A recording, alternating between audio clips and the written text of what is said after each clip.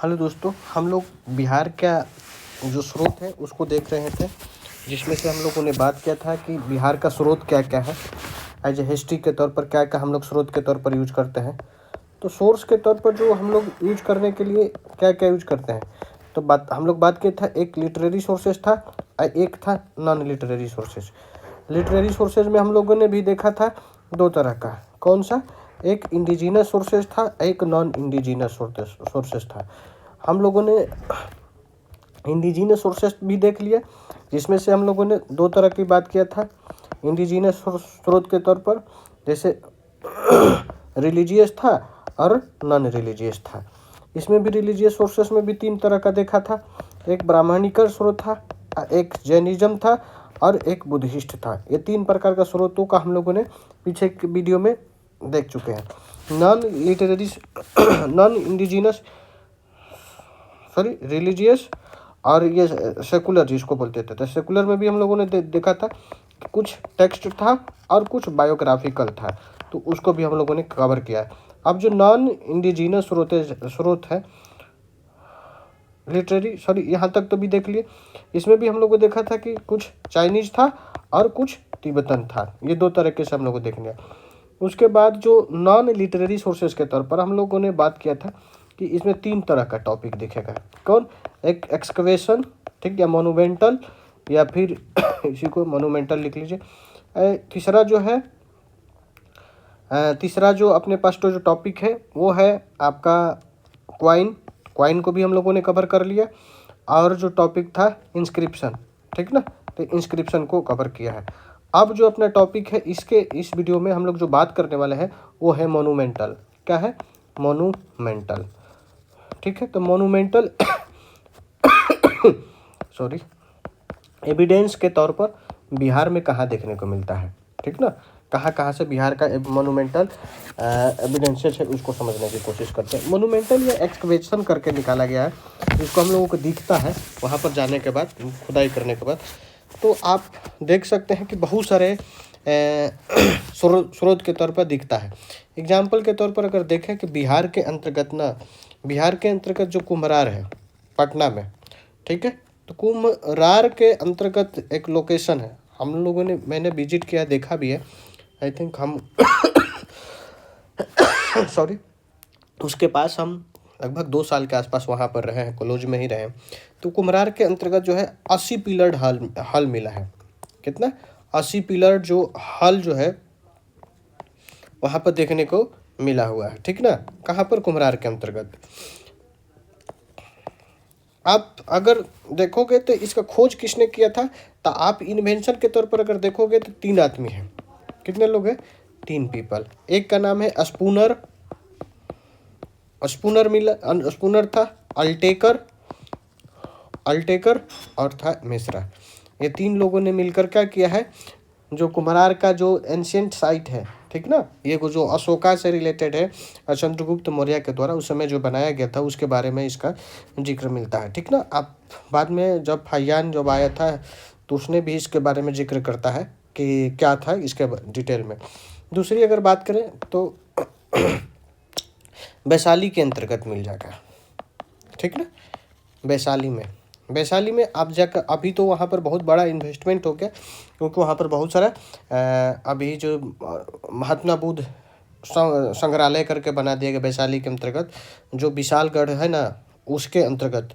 तो विशालगढ़ के अंतर्गत इसका आपको वहाँ पर देखने को मिल जाएगा विशालगढ़। आप वहाँ पर जाइएगा वैशाली के अंतर्गत, क्योंकि विशालगढ़ इसलिए कि क्योंकि राजा विशाल ने इसका स्थापना कराया था, बसाया था वैशाली का, इसीलिए इसका नाम विशाल पड़ा है। तो वहाँ पर भी अभी सम्यक बुद्धा संग्रहालय करके म्यूजियम बना दिया गया है उसी पर, वहीं के आसपास में। तो आप वहाँ पर अभी जाकर देख सकते हैं। जो तीसरा नंबर पर आप देखिएगा लौरिया अरेराज के अंतर्गत है। कहाँ पर? लौरिया अरेराज, ठीक ना। अरेराज जो है बहुत सिग्निफिकेंट लोकेशन है, इसलिए कि मतलब एक तो बुद्धिस्ट के लिए भी है और साथ ही साथ हिंदू के लिए भी है। अरेराज में हिंदू का टेम्पल है, ठीक ना। वहाँ पर जैसे बाबा गरीबनाथ का टेम्पल है, वहाँ पर किसका है? बाबा गरीबनाथ, ठीक ना, गरीबनाथ का टेम्पल वहाँ पर देखने को मिल जाएगा। साथ ही साथ ये लौरिया अरेराज जो है वहाँ पर बुद्धिस्ट का जो महात्मा बुद्ध का जो अवशेष है वहाँ पर भी तो महात्मा बुद्धा का यहाँ पर क्या मिलेगा, रिमेन्स मिल जाएगा। तो वहाँ पर वो भी चीज़ें देखने को मिलता है और स्तूपा भी है। ठीक है, रिमेन्स और जिसको हम लोग स्तूपा बोलते हैं, स्तूपा के अंतर्गत महात्मा बुद्ध का जो रिमेन्स था वो चीज़ें है तो वहाँ पर देखने को मिलता है। चौथा नंबर पर अगर हम लोग बात करें तो वो है लौरिया नंदनगढ़। ठीक ना, कौन सा, लौरिया नंदनगढ़। ये लौरिया जो नंदनगढ़ है ये वेस्ट चंपारण के अंतर्गत पड़ता है और लौरिया अरेरा जो है ये मोतिहारी के अंतर्गत पड़ता है।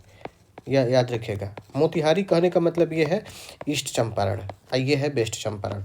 लौरिया नंदनगढ़ यहाँ पर भी आपको क्या मिलेगा, महात्मा बुद्धा का रिमेन्स मिल जाएगा। ठीक ना, बुद्धा का रिमेन्स मिलेगा। ठीक है, आप इसको याद रखिएगा, मतलब यहाँ पर स्तूपा है। एक और बात अगर बात करें तो जो लौरिया ये अरेराज वाला की अगर बात करें तो सबसे, ठीक ना, वर्ल्ड का लार्जेस्ट, ठीक ना, वर्ल्ड लार्जेस्ट स्तूपा है। ठीक ना, ये नेचुरल वे में है।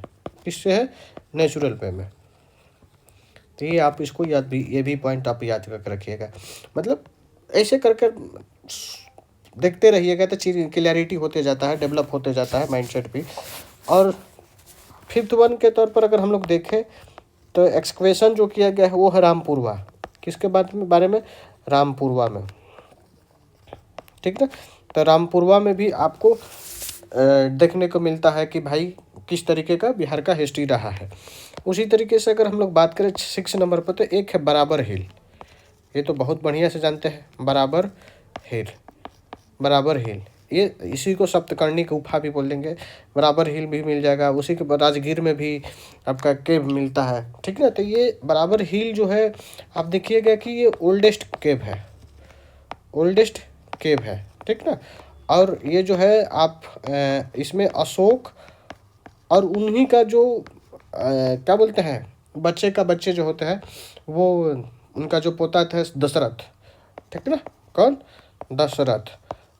ये लोगों ने मिलकर वहाँ पर केव बनवाया है। किसके लिए केव बनवाया है, तो जो आजीविका सेक्ट के जो फॉलोअर होते थे ना, आजीविका सेक्ट।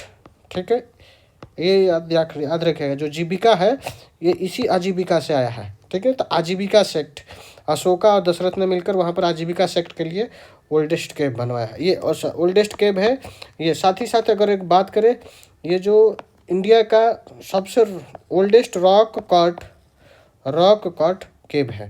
रॉक कट केव कहने का मतलब समझ में आ रहा है क्या, इसको केववा को रॉकवा में काट के बनाया गया है। जो रक होता है ना, रकवा को काट के उसके अंदर केव बना दिया गया है।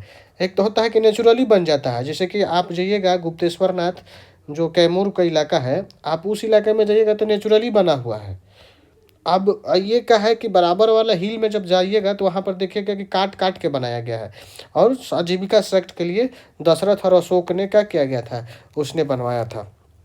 तो आप याद रखिएगा ये पॉइंट को कि जो एक्सकवेशन या मोनूमेंट है बिहार में एंशिएंट हिस्ट्री के तौर पर दिखता है। साथ अब ही अगर और देखें तो बहुत सारे और एविडेंसेस के तौर पर है, जैसे कि गुप्ता पीरियड का एक्सकवेशन किया गया है तो कुछ मिला है बिहार के अंतर्गत। गुप्ता पीरियड का अगर कुछ एविडेंस के तौर पर अगर देखें कहाँ पर है तो आपको देखने को मिल जाएगा रजौना। ठीक ना, कहाँ पर, रजौना में मिल जाएगा। ठीक, रजौना के अंतर्गत। उसी तरीके से बिहार के नालंदा में आपको दिखने को मिल जाता है। उसी तरीके से गया में दिखने को मिल जाएगा।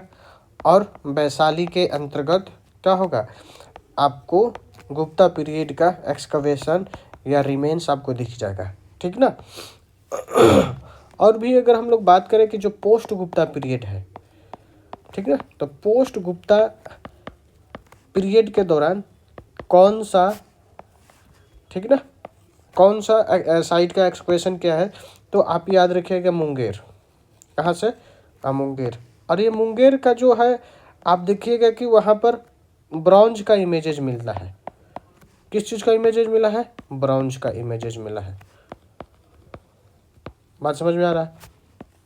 ब्रॉन्ज का इमेजेज मिला है। किसका? बुद्धा का। बुद्धा का। अगर बात करें दूसरा तो एक है भागलपुर। कहाँ पर? भागलपुर। हम लेटर गुप्ता की बात कर रहे हैं। तो लेटर गुप्ता में आपको दिख जाएगा भागलपुर में एक गांव है अंतीचक। कौन सा? अंतीचक। और ये जो अंतीचक है भागलपुर में है। आप यहाँ पर देखिएगा कि भागलपुर में यहीं पर विक्रमशिला मोनेस्ट्री है, ठीक ना? विक्रमशिला मोनेस्ट्री है, ठीक ना? बहुत सारे क्वेश्चन भी आ चुका है कि विक्रमशिला, नालंदा और तक्षशिला में क्या अंतर है। ये अंतर भी पूछ चुका गया है, तो आप याद रखिएगा ये अंतीचक में है। ये विक्रमशिला जो मोनेस्ट्री है किसके द्वारा बनाया गया था? तो ये जो कंस्ट्रक्ट किया गया है ना, ये जो जो पाला रूलर है। कौन? पाला रूलर। तो पाला रूलर के द्वारा बनाया गया था। बात समझ में आ गया? पाला रूलर। उसमें पाला रूलर के तौर पर अगर हम लोग बात करें तो कौन था? वो था धर्मपाल। धर्मपाल, ठीक ना? तो आप इस तरीके से हम लोगों ने क्या देखा कि बिहार के अंतर्गत जो एक्सकवेशन करके कौन कौन सा एविडेंसेज है वो हम लोगों ने इसके तौर पर समझा है, ठीक है? हम लोग नेक्स्ट वीडियो में अपने नेक्स्ट टॉपिक के साथ मिलते हैं। यहाँ तक के लिए आपको